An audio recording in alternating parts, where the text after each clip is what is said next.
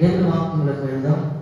సామెతలు, the book of Proverbs, సామెతలు 3వ అధ్యాయము 33వ చరణం చదువుకుందాం. కింద ఉంది, నీతిమంతుల నివాస స్థలమును. అందరు చూడండి, అందరు చూసారా? నీతిమంతుల నివాస స్థలమును ఆయన ఆశీర్వదించును.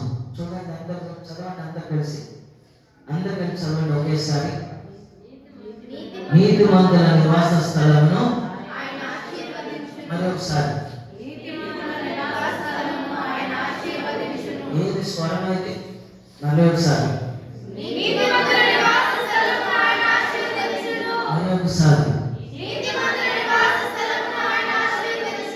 మరొకసారి ఆమేన్, ఆమేన్, ఆమేన్.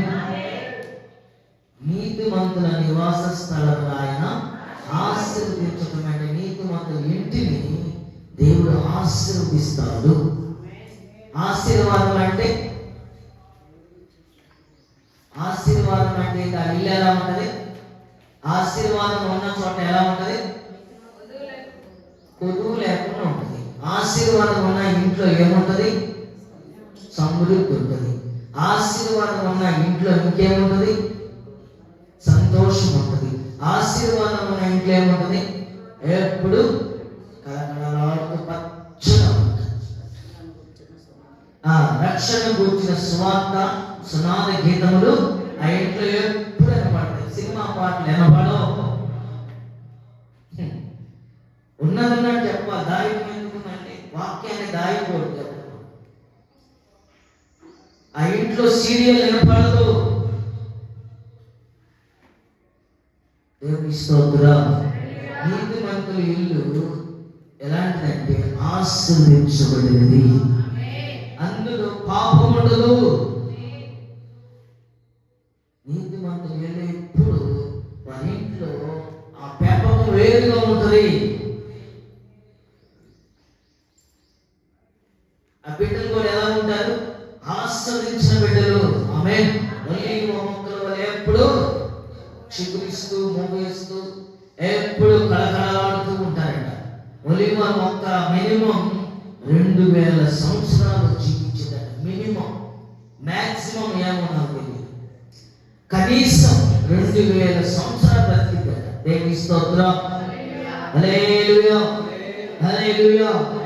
నీతిమంతులు అంటే యేసు ప్రభు యొక్క పవిత్రమైన పరిశుద్ధమైన రక్తం ద్వారా నువ్వెప్పుడైతే శుద్ధి అయ్యావు అంటే మారు మనసు పొందుకున్నావు. పాతకాలంలో చీకటిలో ఉన్న నీవు మారు మనసు పొందుకుని పాప క్షమాపణ నిమిత్తం పశ్చాత్తాపడి బాప్తిస్మం పొందుకోవడం అంటే, బాప్తిస్మం అంటే ఎన్నో బాప్తిస్మాలు ఉన్నాయి. సరైన బాప్తిస్మం అంటే ముంచుట. మునగటం అంటే సంపూర్ణంగా పాత పెట్టడం. పాత పెట్టబడాలి జీవితం, పాత జీవితం అంతా పాత పెట్టబడాలి. దుర్బోధలు వచ్చేసి మేము చెప్పినట్టుగా లింకు మరి దానికి కౌంటర్ ఇస్తూ తప్పు అని బోధిస్తున్నారు. నేను వాక్యాన్ని బోధిస్తున్నాను. వాక్యం 2 అంచులుగా కలిగిన అగ్ని వంటిది. నా మాట, యేసు ప్రభు మాట అగ్ని వంటిది. బండలు కొట్టే శుద్ధి వంటిది. చాకుల యొక్క సబ్బు వంటిది. శుభ్రపరిచింది, బట్టలు కొట్టింది, కాల్చి వేసింది. ఎవరైనా దీనికి వ్యతిరేకంగా దేవుని వాక్యాన్ని ఇంకో విధంగా మలిస్తే కాల్చి వేసింది. దేవుని స్తోత్రం కలుగును గాక. హల్లెలూయా, హల్లెలూయా. నీతిమంతుల ఇల్లు ఎలా ఉంటుందంటే, నీతిమంతులు ఇల్లు ఎలా ఉంటే 4 విషయాలు చెప్తాను. మొదటిగా నీతిమంతుల ఇల్లు ఎలా ఉంటుందంటే, మొదటి మాట వెళ్ళిపోతాం. మొదటి మాట చదువుకుందామా? దినవృత్తాంతాలు రాసిన మొదటి గ్రంథం. నీతిమంతులు ఇల్లు ఎలా ఉంటుందంటే, తీయండి, అందరు తీయండి. The book of chronicle chapter 13 verses 14. దినవృత్తాంతాలు రాసిన మొదటి గ్రంథం 13వ దేవుని మందసము ఒబేదేదోము ఇంటిలో అతని కుటుంబమంత 3 నెలలు ఉండగా యెహోవా ఒబేదేదోము ఇంటి వారిని అతని సొత్తంతటిని ఆశీర్వదించిన. దేవుని స్తోత్రం కలుగును గాక. హల్లెలూయా, హల్లెలూయా. దేవుని మందసము ఎక్కడ ఉందంట? ఓబేదేదోము. ఎవరు? Who is Obededom? చెబుదేదోము ఎవరైనా. ఓబేదేదోము ఎవరంటే నీతిమంతుడు. దేవుని స్తోత్రం. యేసుని కనబడిన వాడు, దేవుని నమ్ముకున్నవాడు, దేవుని మీద ఆధారపడిన వాడు. ఆ ఇంట్లోకి ఏమొచ్చింది? ఇప్పుడు ఆశీర్వాదం వచ్చింది. మందసం అనగా ఆశీర్వాదం. దేవుని స్తోత్రం. ఈ మందసంలో ఏముంటాయి అంటే, ఈ మందసంలో ఏముంటాయి? అహరోను చిగురించిన చేతి కర్ర ఉంటుంది. మేము ఇశ్రాయేలు దేశం వెళ్ళినప్పుడు అక్కడ ఉన్నాయి. అహరోను చిగురించిన చేతి కర్ర అంటే ఏంటి? అహరోను చిగురించిన చేతి కర్ర అంటే ఏంటంటే, నవలు చూడండి అమ్మా, బైబిల్లో లేదు. నవలు చూడండి, బైబిల్ చదివేటప్పుడే చూడండి. అహరోను చిగురించిన చేతి కర్ర అంటే సాక్ష్యము. సాక్ష్యము. నీ గృహములో ఆ నీతిమంతునికి ఏముండాలంటే మంచి సాక్ష్యం ఉండాలి. మంచి సాక్ష్యం కలిగి ఉండాలి. ఒబేదేదోము మంచి సాక్ష్యం కలిగి ఉన్నాడు. రెండవది ఏముంటుందంటే మన్నా కలిగిన, చెప్పండి, మన్నా కలిగిన బంగారు పాత్రలు ఉంటాయి. మొదటేమో అహరోను చిగురించిన చేతికర్ర అనగా మంచి సాక్ష్యం. రెండవది అహరోను చిగురించిన మన్నా కలిగిన బంగారు పాత్రలు అనగా వాక్యం. వాక్యం. మన్నా కలిగిన బంగారు పాత్రలు అనగా వాక్యం. మూడవది ఆజ్ఞలు, రాతి పలకలు ఉంటాయి. మూడవది రాతి పలకలు అంటే ఆజ్ఞలు, దేవుని మాట వినటం. దేవుని స్తోత్రం. ఈ 3 నీతిమంతునికి ఉంటే ఆ ఇల్లు ఏమైంది?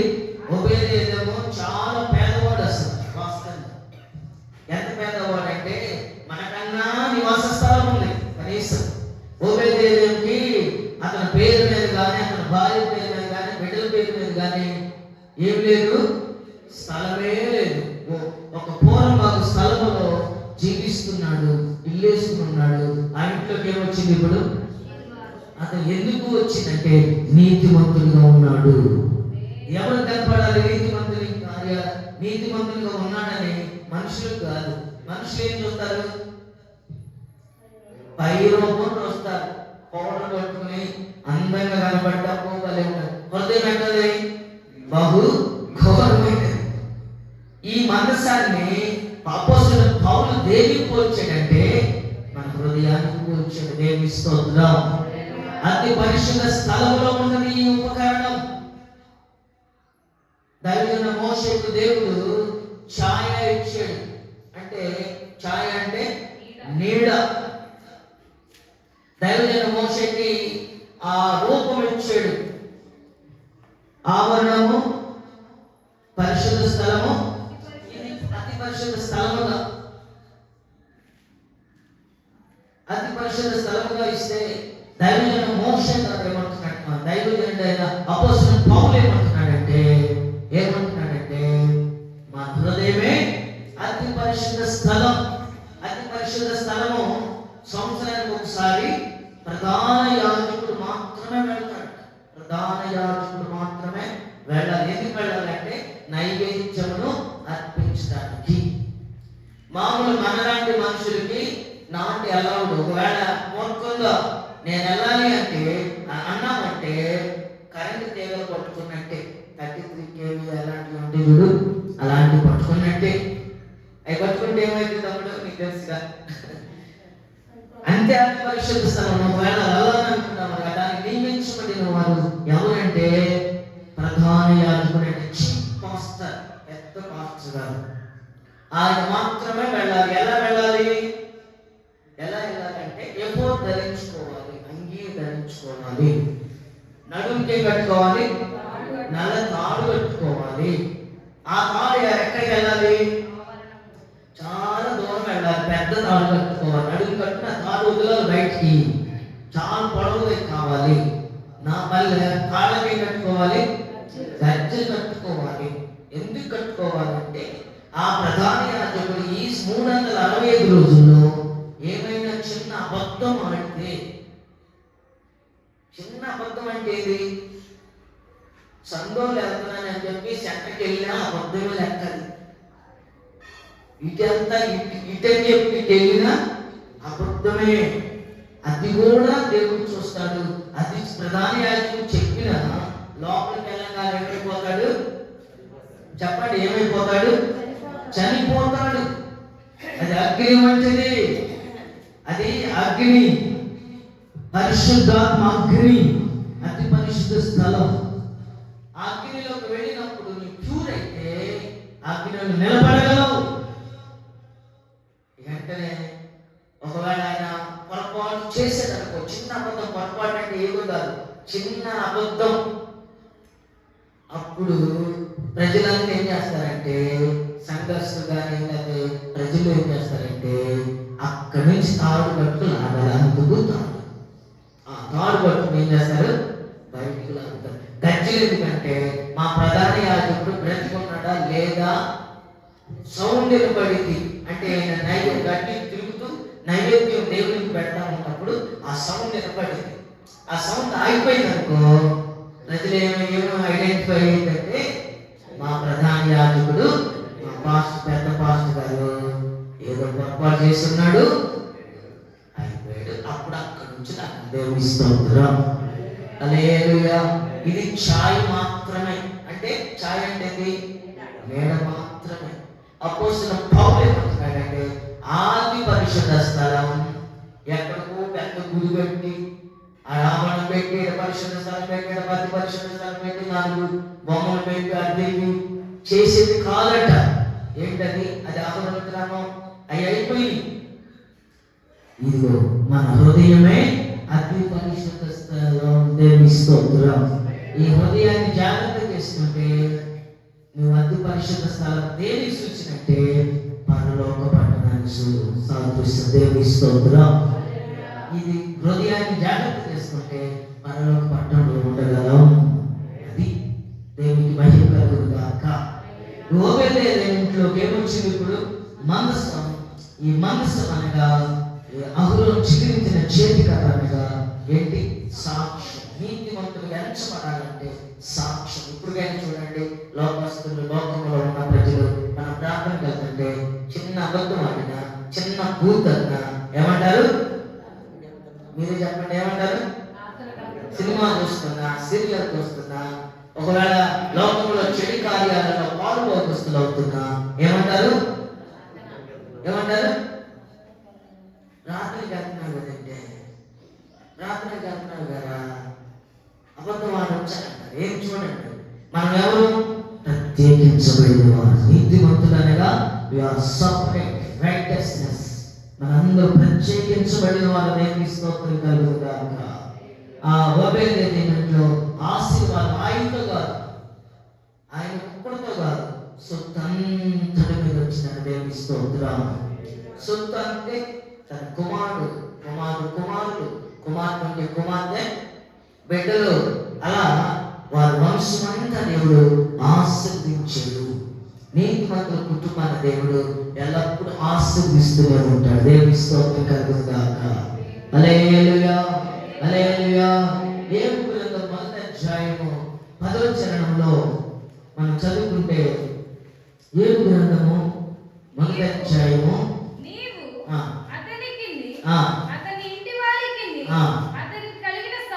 సమస్తమునకు చుట్టూ కంచి వేస్తుంది కదా, నీవు అతని చేతి పని దీవించుచుండుట చేత అతని ఆస్తి దేశములో బహుగా విస్తరించిన. దేవుని స్తోత్రం. నీతిమంతులు ఇంటి చుట్టూ ఏముంటదట? కంచి వేసి ఉంటుందట. సాతానుగాడు దేవునితో చెప్తున్నాడు. దేవుని స్తోత్రం. సాతానికి అడ్డేయాలంటే దేవుని పర్మిషన్ లేకుండా అగ్ని లేదు. ఎవరున్నారు మన చుట్టూ? అగ్ని జ్వాలలు ఉన్నాయి, పరలోక జ్వాలలు ఉన్నాయి. ఎవరి చుట్టూ? మన మీద ఏక వాడాల పర్మిషన్ కావాలి. మనకు ఒకవేళ వెళ్తున్నాం ఎదుగుతా తగిలింది అనుకో ఏమనాలి, అసలు అయినా ఎదుగుతా తగిలింది అనుకో మనం ఏమంటామంటే నవ్వుకుని ఏదో తొందరపడి మాట్లాడేస్తాం. కానీ ఆ పర్మిషన్ కూడా ఎవరు ఇస్తారు? దేవుడే ఇస్తాడు. దేవుని స్తోత్రం. నీతిమంతునికి చుట్టూ అగ్ని కంచి వేయబడింది. ఆయన చేతి పనులు అంట దేవుడు ఏం చేస్తాడు? ఆస్వాదించుతూ ఉంటాడు. ఆమేన్. మరి మనమేంటి ఎప్పుడు ఇబ్బంది పడుతున్నాం, అరాపడి పడుతున్నామంటే మనం నీతిమంతులు ఎక్కడ ఉన్నాం? సగం అటుంటాం, సగం మనకి ఎజెండా లేదు. జెండా ఉంది కానీ అజెండా లేదు. ఏ టైంకి ఏ పార్టీకి వస్తే ఆ పార్టీ కొంతమంది తిరుగుతారు. ఆ జెండా పట్టుకుని నువ్వే మా నాయకుడు అని తిరుగుతారు. వాళ్ళకి ఏం లేదు, అజెండా లేదు. దేవుని స్తోత్రం కలుగును గాక.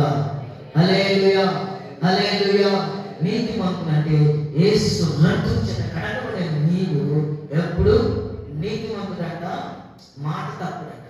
నష్టం వచ్చినను మాట తప్పడం అన్న మాట నిజమే. అవును నేనన్నా అంటాడట. దేవుని స్తోత్రం కలుగును గాక.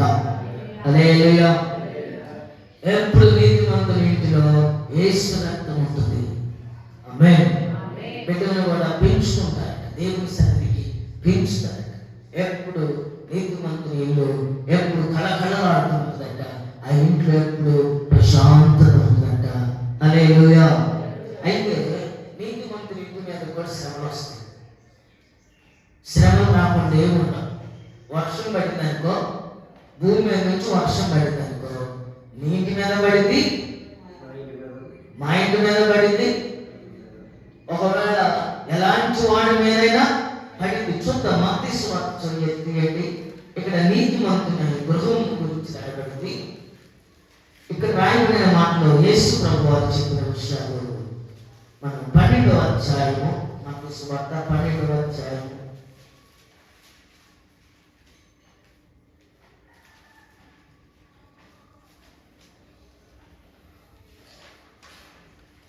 7వ అధ్యాయము మరియు కనికరమునే కోరుచున్నాను గాని 7వ అధ్యాయము 24వ వచనం చదువుకుందాం. కాబట్టి ఈ నా మాటలు విని వాటి చొప్పున చేయు ప్రతి వాడును. దానికంటే ముందు ఒక వాక్యం చదువుదాం. మత్తయి సువార్త 12వ అధ్యాయము 43, 44 చదువుకుందాం. 43, 44. అపవిత్రాత్మ ఒక మనిషిని వదిలిపోయిన తరువాత అది విశ్రాంతి వెతుకుచు నీరు లేని చోట్ల తిరుగుచుండును. స్తోత్రం కలుగును గాక. చదువుకుని ఆ అపవిత్రాత్మ ఒక మనిషిని వదిలిపోయిన తర్వాత అది విశ్రాంతి వెతుకుచు నీరు లేని చోటకి వెళ్తాడు. దేవుని స్తోత్రం. నీరు లేని చోట అంటే ఏంటో తెలుసా? ప్రార్థన లేని చోటికి వెళ్ళిద్దంట. ఏ ఇంట్లో ప్రార్థన ఉండదో ఏ ఇంట్లో ప్రార్థన ఉండదో ఆ ఇంట్లోకి ఎవరు చొరబడతారు? ఎవరు? సాధారణంగా చొరబడతారు. ఒక ఇంట్లో నుండి వెళ్ళాడట, ప్రార్థన చేస్తే వెళ్ళిపోయాడు. వాడు వెళ్ళిపోయి ఎత్తుకున్నాడు. ఏ ఇంట్లోకి వెళ్ళాలని ఎదుగుతుంటే ఏ ఇల్లు దొరకలా. ఏ ఇల్లు దొరకపోయేసరికి మళ్ళా తిరిగి ఏ ఇంట్లో నుండి వచ్చాడో ఆ ఇంట్లో చూద్దామని వెళ్ళాడు. ఆ ఇంట్లోకి చూద్దామని వెళ్తే ఆ ఇంటికి ఏమన్నా తెలుసు? ఇప్పుడు ముందే ఇంటి ముందు పేడకాడు కొట్టి ఏమంటారంటే ముగ్గులు వేసి అయ్యే చేసుకోండి అంటే ఆ రోజు నేను పవిత్రాలు అనుకున్నాను. పాస్టర్ గారు ప్రార్థన చేయడానికి వెళ్ళిపోయాను. వీళ్ళు పర్ఫెక్ట్ అనుకున్నాను. పర్ఫెక్ట్ లేదు, గెలగట్లేదు. మళ్ళా ఏం చేసింది? ఆ ఇంట్లోకి జ్వరపడతా ఎంతమంది ఎత్తుకెళ్ళిందంట? ఎంతమంది ఎత్తుకెళ్ళి 44 జనం చూడండి.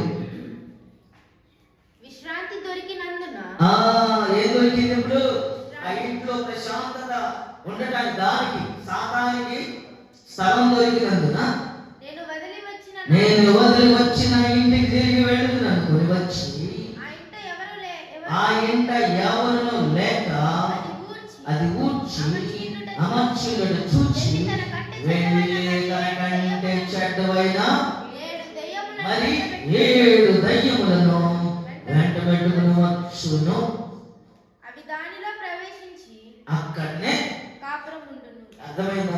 ఇప్పుడు మీరు యేసు రక్తం చేత కడగబడిన మీరు వెనక్కి వెళితే ఇప్పుడు ఏమైంది? ఇప్పుడు చెప్పండి. నాగటి మీద చెయ్యి వేసి వెనక తట్టు తిరుగువాడు నాకు పాత్రుడు కాడు అని యేసు ప్రభువారు చక్కగా చెప్తున్నారు. దేవుని స్తోత్రం. ఇప్పుడు చెప్పండి, యేసు రక్తం చేత కడగబడిన నీవు ఒకప్పుడు నువ్వు సమస్యలతో ఉన్నావు, శోధనలతో ఉన్నావు, అపవిత్రాత్మ చీకటి బంధించినప్పుడు ఎప్పుడైతే నువ్వు విడుదల పొందుకున్నావో విడుదల పొందుకున్న నువ్వేం చేయాలంటే నీతిమంతులుగా నడిపించబడాలి. దేవుని స్తోత్రం. హల్లెలూయా, హల్లెలూయా. నీతిమంతులు లేకుండా అప్పుడు పోయింది లేక నువ్వు మళ్ళా లోకంలో అందరిలాగా సీరియల్ చూస్తా, అందరిలాగా సినిమాలు చూస్తా, అందరిలాగా ముగ్గులు వేస్తా, అందరి లోకంలో లాగా అన్నింటిలో పాల్గొంటే వాడు ఏం చేస్తాడు? మళ్ళీ ఏం చేస్తాడు? చెప్పండి. ఓ ఒకటి కాదు, ఇప్పుడు అది ఉన్న దాన్నే తట్టుకోలేకపోయావు. ఇప్పుడు ఏం చేస్తాడు? గడ్డ పైన 7 పట్టుకొచ్చాడంట. దేవుని స్తోత్రం. 7+1 ఎంత? 7+7+1 ఎంత? ఇప్పుడు ఒకటే బనాయించినప్పుడు ఎన్ని శ్రమలు వస్తాయో చూడండి. ఏది పట్టుకున్నా కలిసి రాదిగా అంటారు కదా. కలిసి రాకపోగా కలిసి వెళ్ళిపోతుంది అంటే ఇంట్లో నుంచి ఏంటయ్యి ఉన్నది కూడా. దేవుని స్తోత్రం. నీతిమంతులు ఎప్పుడు ఎలా ఉండాలంటే మనం దేవుని చేత అంటగట్టబడి ఉంటే ఆ ఇల్లు దీవించబడింది, ఆశీర్వదించబడింది. మీ పిల్లలు చూడగలరు. మరి ఆ ఇల్లు ఎప్పుడు పచ్చగా ఉంటుంది. మనమేమో అది మాత్రం వాక్యం చదవం, ప్రార్థన చేయం, ఏదేమీ చేయాలి. సముద్రానికి వెళ్ళి అంటే డాకాలు వేసుకుని పొలాలు వేసుకుని 4 ట్రాక్టర్లు పెట్టుకుని ఒక 50,000 ఖర్చు పెట్టుకుని సముద్రంలో మనకు పాపాలు పోతాయి, మీకు ఆశీర్వాదం కలిగింది అంటే ఎన్ని డబ్బులు ఖర్చు పెడతారు? ఏమి పోదు. వాక్యం చదువుకుని యథార్థంగా నీ హృదయం నాకు ఇమ్మని ప్రభు చెబితే దానికి మనం చేయలేకపోతున్న మనుషులు. దేవుని స్తోత్రం కలుగుతాక. రెండో మాట, మొత్తం మాట నీతిమంతులు ఆశీర్వదించబడింది. రెండో మాట నీతిమంతులు నిలిచింది. ఆమేన్. దేవుడు మారిపోదు. నీతిమంతులు లేదంట నిలిచి. చదవండి సామెతలు 12వ అధ్యాయం 7వ చరణం చదువుకుందాం. మరి 4 మాటలు ఉన్నాయి, గబగబా నేను చెప్పాలి. భక్తిహీనులు పాడే కింద నేనేదైతే పోస్ట్ చేస్తాను ఆ మాట ఉంటుంది. నీతిమంతుల ఇల్లు నిలిచింది. ఆమేన్. చెప్పండి. సామెతలు 12వ అధ్యాయము 7వ చరణం మనసులో గుర్తుపెట్టుకోండి. నీతిమంతుల ఇల్లు ఏమైంది? ఇందాక నీతిమంతుల ఇల్లు నివాస స్థలము ఆశీర్వదించబడింది. రెండవది ఆశీర్వదించబడి అటు వచ్చి ఆశీర్వాదం వచ్చి రాను అట్లా వచ్చినట్టు వచ్చి పోలు నిలిచిందట. దేవుని స్తోత్రం. హల్లెలూయా. నువ్వెక్కడ ఉన్నా ఆ ఇల్లు నిలిచింది. ఇప్పుడు తీయండి మత్తయి సువార్త 7వ అధ్యాయము 24 నుంచి చదువుకుందాం. అందరు తీయండి, ఇది చాలా ప్రాముఖ్యమైన మాటలు. 7వ అధ్యాయము తీయండి. మత్తయి సువార్త 7వ అధ్యాయము 24 నుంచి చదువుకుందాం. కాబట్టి ఈ నా మాటలు దేవుని వాక్యం వాటి చొప్పున చేయు ప్రతి వాడు బండ మీద తన ఇల్లు కట్టుకొనిన బుద్ధిమంతునిగా నీతిమంతునిగా పోయినను. అప్పుడు వాన కురిసెను, వరదలు వచ్చెను, గాలి విసిరి ఆ ఇంటి మీద కొట్టెను గాని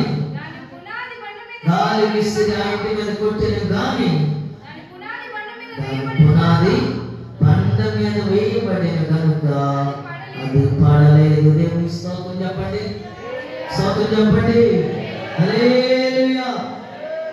ఎవరి మాటలు విని, దేవుని వాక్యం విని వారి చొప్పున నడిచేవాడు నీతిమంతుడు కోరుకున్నాడు. బుద్ధిమంతుడు అంటే నీతిమంతుడు.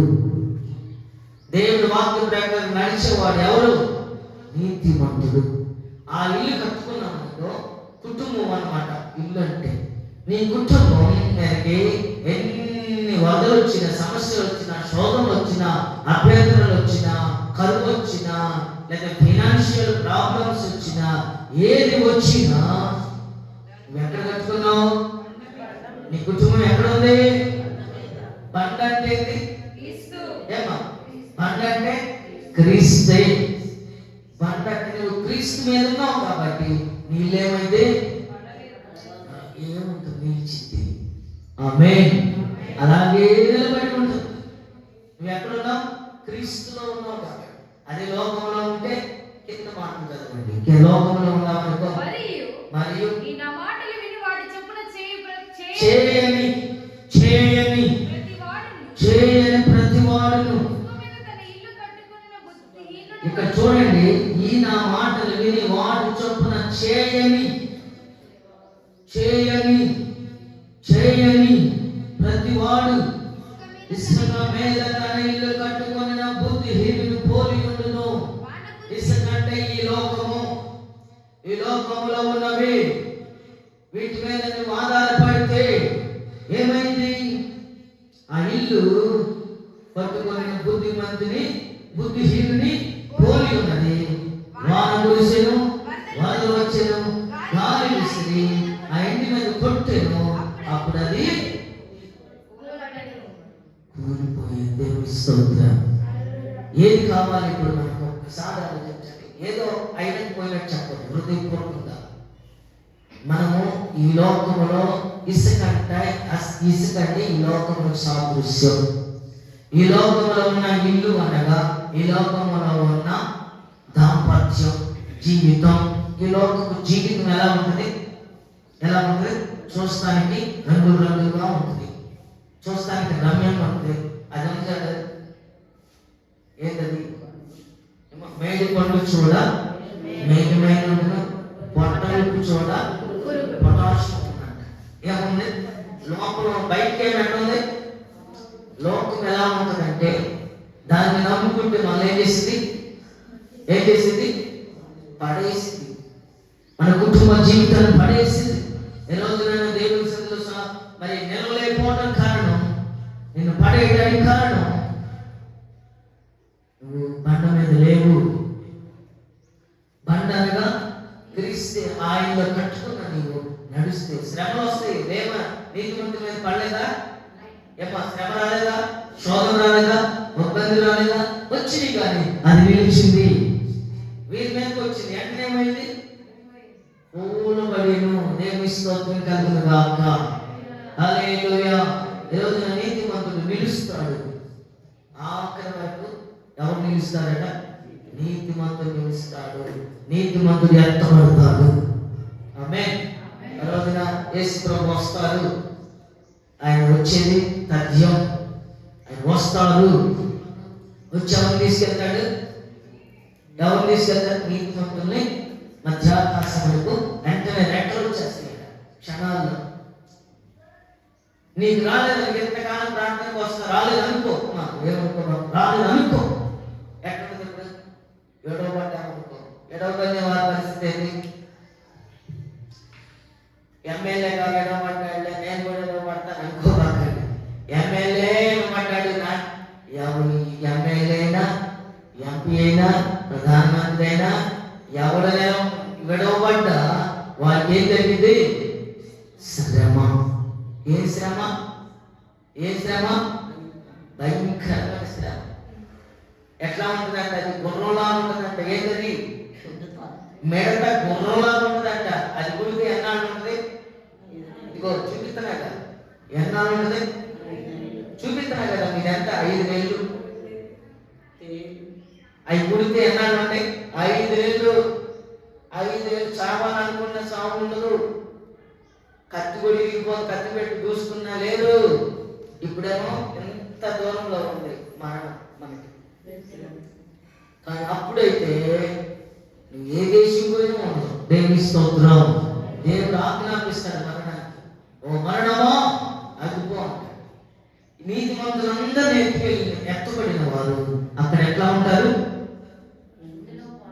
విందుశాలలో వాడు పాల్గొని గొప్ప మహావిందులో 7 సంవత్సరాలు వారి విందు విడవబడిన వారికి కూర్పు. వాళ్ళ మాటల మీద ఒకవేళ హాస్యాస్పదంగా తీసుకుంటున్నారో లేకపోతే భయభక్తులతో వణుకుతూ తీసుకుంటున్నారో ఎప్పుడైనా సమయం ముందు మీకు అవకాశం. దేవుని స్తోత్రం. హల్లెలూయా, హల్లెలూయా, హల్లెలూయా. పాతాళ లోక ద్వారములు నీతిమంతులు ఎదుట నిలవలేరు. నీతిమంతులు అంటే ఏమనుకుంటున్నారు? కొదమ సింహం అంటున్నారు. ఆమేన్, ఆమేన్, ఆమేన్. నీతిమంతులు అంటే ఎవరు అనుకున్నారు? ఎవరు? సింహం గర్జించుతారు. దేవుని స్తోత్రం. హల్లెలూయా. ఆ కుటుంబం తరతరాలకు నిలబడి ఉంటుంది. ఆ కుటుంబం తరతరాలంటే నీతిమంతులకు వచ్చిన ఆశీర్వాదం ఎంతకాలం ఉంటుందట? తదనంతరం 1000 తరాలు ఉంటుందట. నీ త్యాగం, నువ్వు కష్టపడే త్యాగం నీ బిడ్డల మీదకి వెళ్ళాలంటే మొదట నువ్వేం చేయాలి? నేను అప్పుడప్పుడు చూడటం ఉంటాను కదా, ఇప్పుడు పైన మనకి ఇది ఉంది, వాటర్ ట్యాంక్ ఉంది ఇక్కడ, అందులో నుండి కనెక్షన్ ఉన్నాయి. నువ్వు ఏ మూలకి తిప్పినా నీళ్ళు వస్తాయా రావా? వస్తాయా రావా? అందరు చెప్పండి, వస్తాయా రావా? వస్తాయా రావా? వస్తాయా రావా? వస్తాయా రావా? వస్తాయిగా, వస్తాయి. 10 ట్యాంకులు పెట్టలేదు ఒక ట్యాంక్. ఇప్పుడు మీ ఇంట్లో నువ్వే ఒక వాటర్ ట్యాంక్ లాంటి దాని అనుకో. ఇప్పుడు నీలో ఉన్న ఆశీర్వాదం నీలో ఉంది. అప్పుడు నీ కుటుంబంలో నీ బిడ్డలకి తిప్పిన వస్తాయి, నీ భర్తకి వస్తాయి, నీ ఇంటికి ఎవరైనా చుట్టాలు వచ్చిన వాళ్ళు తిప్పినా వస్తాయి. దేవుని స్తోత్రం. ఇప్పుడు నువ్వు లేవనుకో, ఆ ట్యాంక్ లేకపోతే ఎన్ని కుళాయిలు పెట్టిన ఉపయోగం ఉందా? ఉందా? ఉందా? ఉందా? లేదని అంటారు. ఉందా? లేదు. ఎందుకు చెప్పిస్తున్నానంటే విచారం చెప్పించాలి. దేవుని స్తోత్రం. మూడవ మాట. మొదటిది నీతిమంతుల నివాస స్థలం ఆశీర్వదించబడింది. రెండవది నీతిమంతుల ఇల్లు నిలిచింది. ఎందుకంటే 10 నిమిషాలే టైం లేదు. మూడవ మాట 15వ సామెతలో ఇద్దాం. 15వ అధ్యాయము, సామెతలు 15వ అధ్యాయము తీయనందరూ 6వ చరణం చదువుకుందాం. నీతిమంతుని ఇల్లు గొప్పదననిది. అది నీతిమంతుని ఇల్లు గొప్పదననిది. ఆమేన్. నీతిమంతుని ఇల్లు ఆశీర్వదించబడింది. నీతిమంతుని ఇల్లు నిలిచింది. నీతిమంతుని ఇల్లు గొప్పదననిది. దేవుని స్తోత్రం. ధనం గొప్ప అన్ని సమృద్ధిగా ఉంటుందంట. ఏమంటే కొంతమంది ఇళ్లలో ఒక సేవకుడిని భోజనానికి పిలిచారంట. ఇంజనీర్ గారు అమ్మా, ఆయన గవర్నమెంట్ ఇంజనీర్ గారట. ఇంజనీర్ గారంటే ఎన్ని అందియో బ్యాక్ డోర్ అంటారంట. ఏమంటారు? అందరు చెప్పండి, ఏమంటారు? బ్యాక్ డోర్ అంటే బలకం చేయబెట్టారు. దాన్ని ఈ ప్రతి పథకం ఏ చేస్తున్నా, ఏ రోడ్లు వేస్తున్నా, లేకపోతే ఏ బిల్డింగ్ కట్టిన గవర్నమెంట్ సంబంధించింది ఇంజనీరింగ్ ఏమవుతాయి? మొన్నే ఒక పోలీసు కానిస్టేబుల్ ఇంట్లో సోదా వేస్తే 200 కోట్లు దొరికింది. కానిస్టేబుల్ జీతం ఎంత ఉంటుంది? సీనియర్ మోస్ట్ అయితే 90 నుంచి 1,00,000 రూపాయలు ఉంటుంది. సీనియర్ అయితే సీనియర్. ఎందుకంటే వీళ్ళ మామూలు కానిస్టేబుల్ నాకు 97,000 అంటాయి. మామూలు అయితే 56,000 ఉంటుందంట. దేవుని స్తోత్రం. ఇంకా సీనియర్ మోస్ట్ అయితే ఇంకొక 1,10,000 ఉంటుందంట. ఎంతైనా ఇప్పుడు ఖర్చులు ఎట్లా ఉన్నాయి? నెలకి 1,00,000 రూపాయలు ఈజీగా అయిపోతుంది. 200 కోట్లు దొరికినాయి అంట. దేవుని స్తోత్రం. హల్లెలూయా, హల్లెలూయా, హల్లెలూయా. ఆ ఇంజనీర్ ఆ ఇంజనీర్ ఒక సేవకుడు పిలిచి మా ఇంటి భోజనానికి రండి తీసుకెళ్తే ఆ భార్య అన్ని సిద్ధపరిచిందంటే టేబుల్ మీద. ఏమిటి? చేపలు, దాంట్లో ఫ్రై, పులుసు, ఫ్రాన్స్, రొయ్యలు, మటను, చికెను, ఇలా అన్ని సిద్ధపరిచి పెట్టింది. పాస్టర్ గారు కూర్చోబెట్టింది. ఆ బల్ల మీద, ఆ టేబుల్ మీద, ఆ డైనింగ్ టేబుల్ మీద కూర్చున్నాడు. కొంతమందికి మగవాళ్ళకి అది కూర పెట్టగానే అట్ట తీసి టేస్ట్ దాని నోట్లో చేయి మీద వేసుకుని చూశాడట. ఏమన్నాడట ఇంజనీర్ గారు? పాస్టర్ గారు ఎదురుగా కూర్చున్నాడు టేబుల్ మీద. ఏమో భార్య కిచెన్లోకి వెళ్ళిందంట, వీళ్ళు హాల్లో ఉన్నారట. ఈయన టేస్ట్ చూసి అబ్బా భలే ఉంది అన్నాడట. ఏమన్నాడు? అబ్బా భలే ఉంది. భలే ఉందనగానే అక్కడ కిచెన్లో ఉన్న భార్య అదే ఏమంటుందో తెలుసా? నోరు ముయ్యిరా. ఏముంది? నోరు ముయ్యి. ఏమన్నాడు? భలే ఉందన్నాడా తప్ప ఇంకేమన్నాడా? నోరు ముయ్యిరా. అదేంటమ్మా? ఈయన పాస్టర్ గారు ఎదురున్నాడుగా, ఈయన మొహం అంతా ఏమైంది? ఇప్పుడు తెల్లపోయింది. ఏం పోయింది? మన నిన్న పోయినాడు వారు చెప్పుకున్నాం కదా, యాకోబు నీ ముఖం ఎప్పటికీ తెల్లబారదని చెప్తున్నా. తెల్లపోయిందంట. మళ్ళా ఏంటమ్మా? నేను అదే నోరు మొయ్యరా రా అంటే రెండోసారి చూడు వచ్చి నేను ఇన్ని సంవత్సరాలు చేస్తే ఎప్పుడన్నా బాగుందన్నావా? ఆ పని మనిషి చెప్తే బాగుందంటావా? అది అక్కడ వెలికిందంటే 15 సంవత్సరాలు చెబుతున్నా పర్మిషన్ తీసేయాలి. నువ్వు తీసేసావా? బాగుందంటావా? లేచి కపకపగా 2 బెడ్రూమ్లు ఉన్నాయి అంటానికి. ఒక బెడ్రూమ్లో లోపలికి వెళ్ళి బెడ్ మీద తలుపు వేసుకుని అంతే పడుతుందంట. ఈయన మొహం చిన్నపోయి ఇద్దరు బెడ్రూమ్లో ఆయన పోయి ఆ బెడ్రూమ్లో పడుకుంటే పిల్లలంట సోఫాలో ఉన్నారంట. ఈ పాస్టర్ గారు ఆ పిల్లలు అట్లాగే ఉన్నారు. ఈ పాస్టర్ గారు కూడా ఆయన అన్నం పెట్టుకుని నేనంటే తింటానని ఈయన కూడా లేచి ఆయన దారి ఆయన చూసుకున్నాడు. పిల్లలు అలాగే సోఫాలో పడుకుని నిద్రపోయారట. వేరు ఉన్నాయి. ఎన్ని అట్లున్నాయి? అదే ఉంది. దేవుని స్తోత్రం. హల్లెలూయా. అదే నీతిమంతుని ఇల్లు అయితే ఎలా ఉంటది? ఎలా ఉంటది? ఎలా ఉంటది? ఆ సమస్య ఉంటుందా? చెప్పండి, ఆ సమస్య ఉంటుందా? దేవుడు నమ్ముకున్న కుటుంబానికి ఆ సమస్య ఉంటుందా? చెప్పండి, ఉంటుందా? ప్రశాంతంగా ఉన్నది, శాంతంగా ఉంటారు. అందుకని నీతిమంతుల ఇల్లు గొప్పతనమైనది. దేవునికి మహిమ కలుగును గాక. ఆదికాండం 24వ అధ్యాయము, ఆదికాండం 24వ అధ్యాయము, ఆదికాండం 24వ అధ్యాయము 25వ వచనం చదువుకుందాం. ఆదికాండం 24వ అధ్యాయం 25వ వచనం చదువుకుందాం. మరి ఆమె మా ఇద్దరు చాలా గట్టియు మేతయు రాత్రి బస చేయటకు స్థలమును ఉన్నవనగా ఆ మనుషుడు తల వంచి యెహోవాకు మొక్కి అబ్రహామును నా యజమానుని దేవుడైన యెహోవా స్తుతింపబడుగాక. ఆయన నా యజమానుని తన కృపను తన సత్యమును చూపుట మానలేదు. నేను త్రోవలో ఉండగానే యెహోవా నా యజమానుని బంధువుల ఇంటికి నన్ను నడిపించిన. దేవుని స్తోత్రం. హల్లెలూయా. రేపగా ఇంట్లో ఏముంది? ఇప్పుడు నీతిమంతుల ఇంట్లో ఏముంది?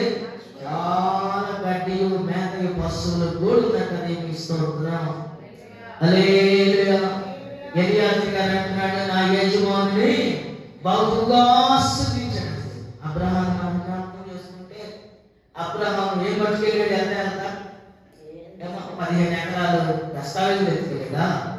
ఏం ఎత్తుకెళ్ళాడు? దేవుని మాట కొరకు దేవుడు ఎదురు చూపిస్తే అటు దిక్కు చూపించాడంటే అడ్రస్ ఇవ్వాల, డోర్ నెంబర్ ఇవ్వాల, ఫోన్ నెంబర్ ఇవ్వాల.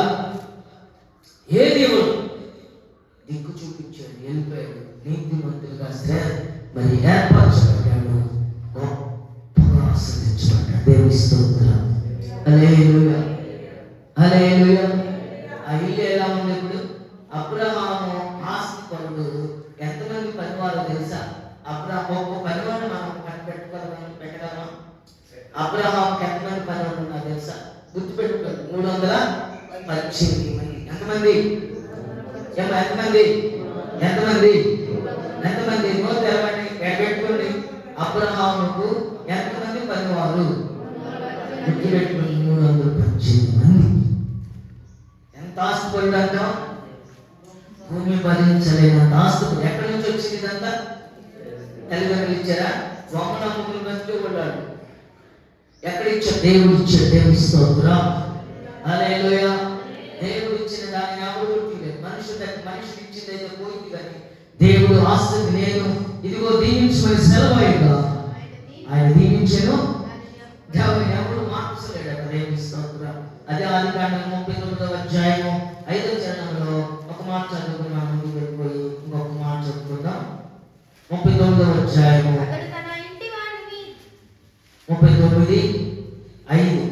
అతడు తన ఇంటి మీదను తనకు కలిగినదంతటి మీదను అతని విచారణకర్తగా నియమించిన కాలము మొదలుకొని యెహోవా యోసేపు నిమిత్తం ఆ ఐగుప్తుని ఇంటిని ఆశీర్వదించెను.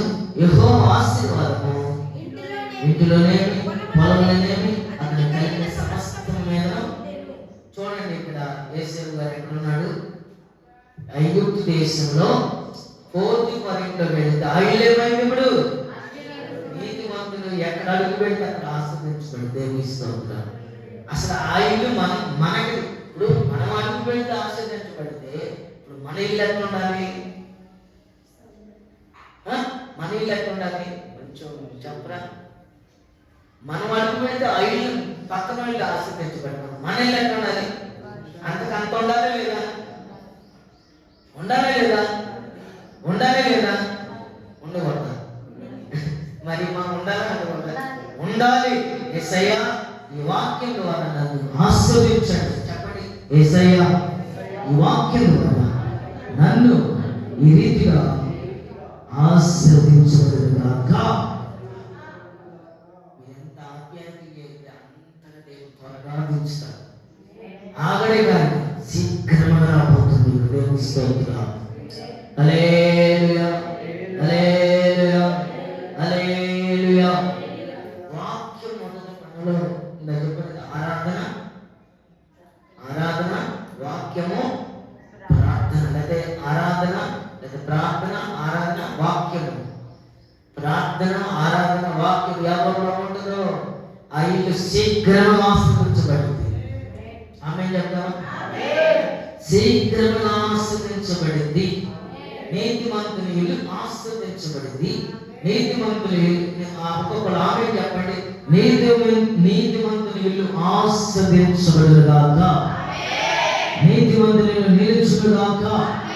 నీతిమంతుని ఇల్లు గొప్ప ధననిధిగా మార్చబడుగాక. ఆఖరి మాట, 4వ మాట. ఇంకొక మాట చదువుకున్నాను, ముగించేసుకున్నా. కీర్తనలు 118. నేను వివరించడానికి లేదు కాబట్టి మీకు జ్ఞాపకం చేస్తున్నాను. లేకపోతే యేసేపు గురించి చాలా విషయాలు నేను చెప్పాల్సింది. 118 కీర్తన 15వ చరణం చదువుకుందాం. ఇప్పుడు చూడండి జాగ్రత్తగా, నేను అందరు తెలియండి.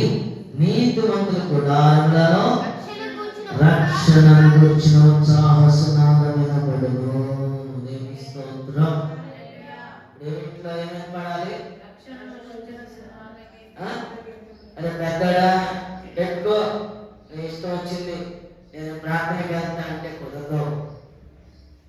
కుదరదు. నీతిమంతులు ఇంట్లో ఏం పడాలి? సేవకుడు ఇంటికి వెళ్ళాడట ప్రార్థన చేద్దామని, ఎప్పుడు నుంచో రమ్మంటుందంట. మా వాళ్ళు ఎందుకు రావులే అని మళ్ళీ సరే ఒకరోజు గుర్తు వచ్చిందంట. అమ్మ చూడండి, అయిపోయింది. అక్కడ అయిపోయింది. సేవకుడు గుర్తు వచ్చిందంట ఒకరోజు. సరే సహోదరి ఎన్నోసార్లు చెప్పింది, వెళ్ళి వద్దాం ఈరోజు ఖాళీ ఉన్నానని బయలుదేరి వెళ్ళాడంట. దగ్గరికి వెళ్ళేసరికి ఏమంట కిచెన్లో ఉందంట. కొడుకేమో ఇంట్లో ఉన్నాడంట. క్యాసెట్ క్యాసెట్లు, అప్పట్లో క్యాసెట్లు, టేప్ రికార్డు. ఇప్పుడంటే చెప్పేది ఏముంది, అప్పుడు టేప్ రికార్డు పెట్టుకుని సినిమా పాట దంచుతున్నాడంట.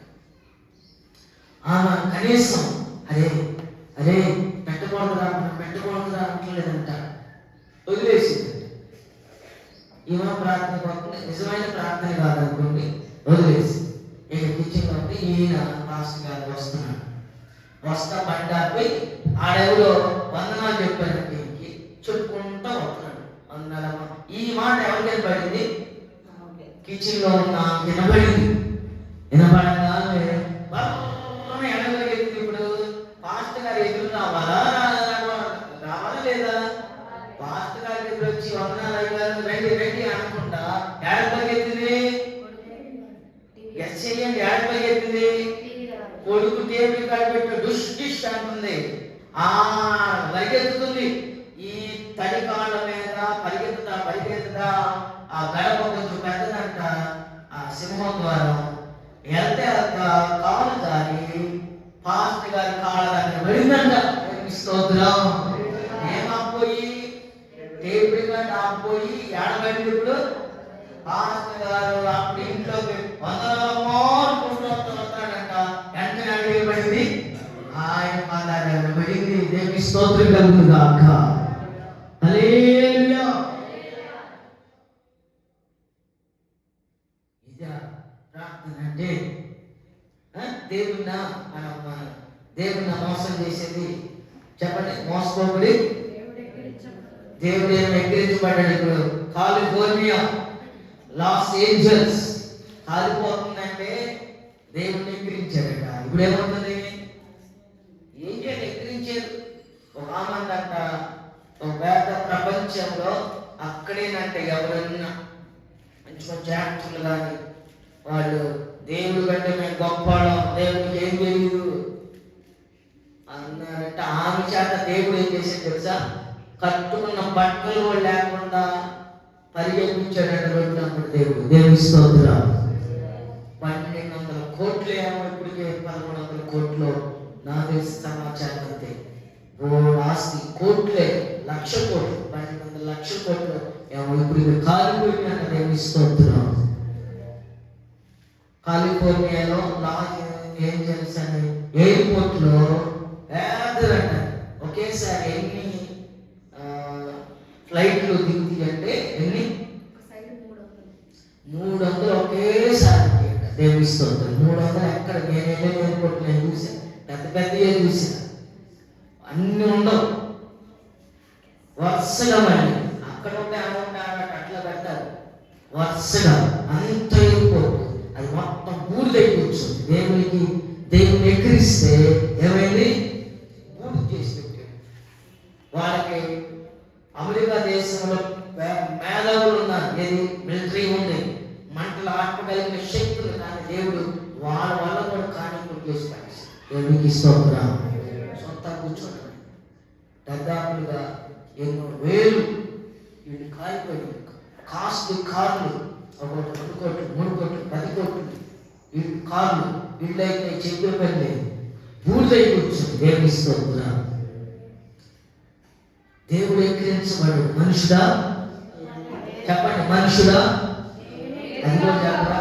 మనుషుడా ఏ వృత్తితో ఆ భర్త వస్తావుగా.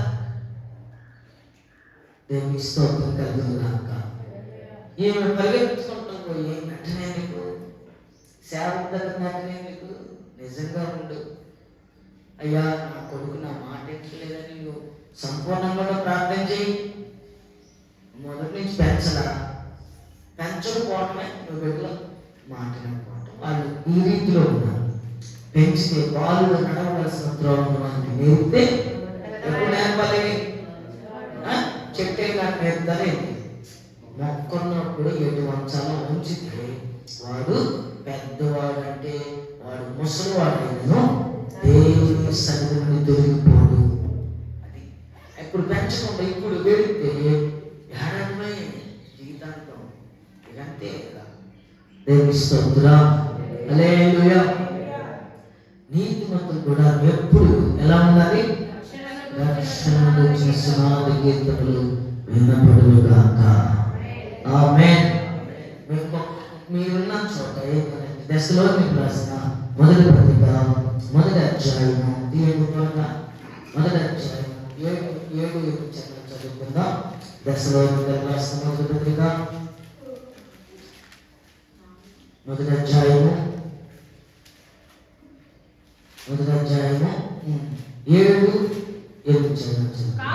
కాబట్టి మాసిదోనియలోను అకాయలోను విశ్వాసులందరికీ మాదిరైతే ఎందుకనగా మీ యొద్ద నుండి ప్రభువాక్యము మాసిదోనియలోను అకాయలోను దొరికెను.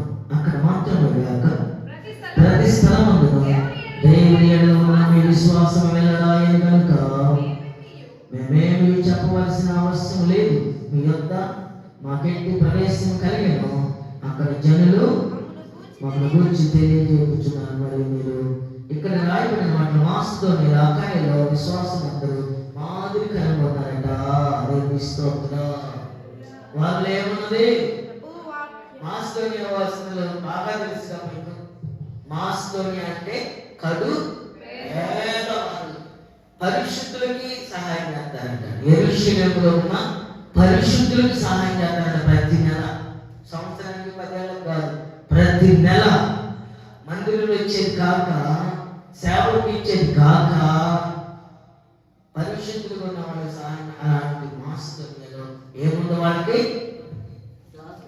వాక్యం ఉన్న వాళ్ళకి దేవిస్తుంది. దాతృత్యం ఉన్నది. వాక్యం ఉన్నవాడికి మనసు ఉంటుంది. దేవుని స్తోత్రం. నీతిమంతుని ఇల్లు ఆశీర్వదించబడింది. రెండవది నీతిమంతుని ఇల్లు నిలిచింది. మూడవది నీతిమంతుని ఇల్లు గొప్పదనది. నాలుగవది నీతిమంతులు కూడా ఏమైనా పడతాయి.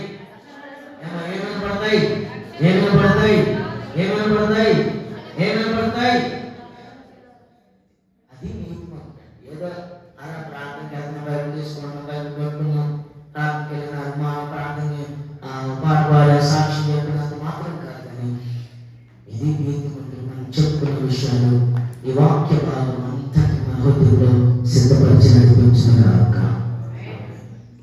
చిన్న ప్రార్థన చేసుకుని మనం కార్డు పరిచయం తీసుకుందాం.